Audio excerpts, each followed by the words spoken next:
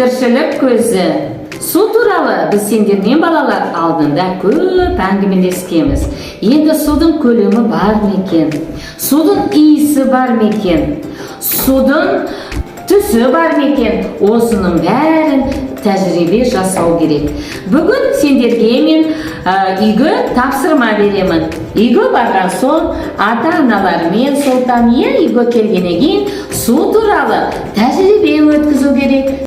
Сұлтан, сен үйден тәжірибе жасайсың ба? Балалар, Сұлтан жасасын ба үйде тәжірибені? Тамаша, ендеше бізге Сұлтан тәжірибесін үйде жасап, ертең алып келеді балабақшаға, видеоға түсіріп біз көреміз, балалар? Сәлем достар, мен Алмас Сұлтан. Сізден тәжірибе жасаймын. Мұзды тысқа салып, üstüne soğuyun.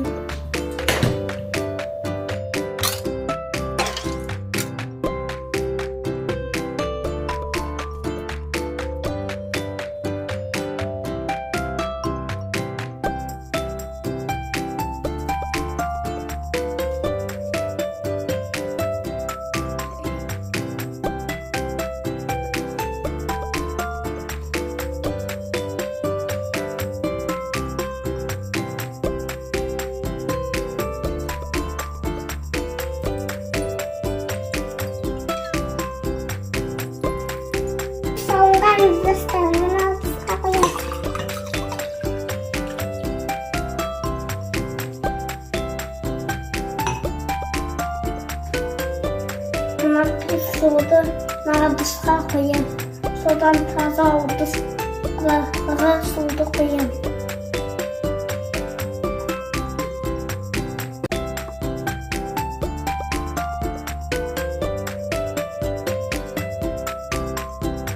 Dışqa tuzsalar.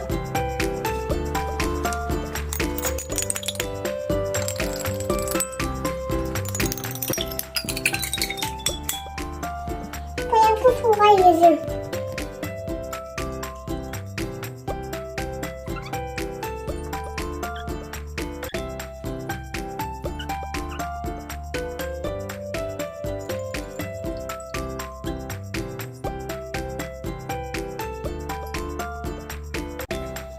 Осы екі суды мұздастыққа қоям.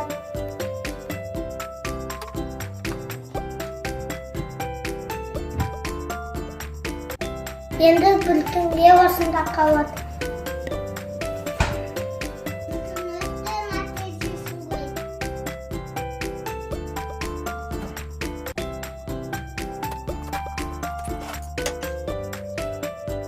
Нанғанда тұзы суған су қатты. Қоспаған су қатқауыпты.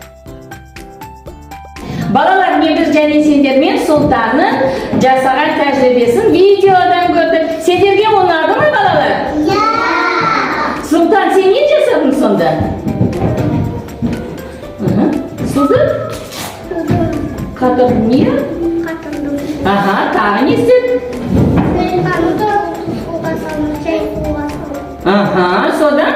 Суды қояным. Оның соң не істедің? Қатырдың не? Қайсы қатпай қойды? Тұзы бар су қатты ма, жоқ па? Жоқ.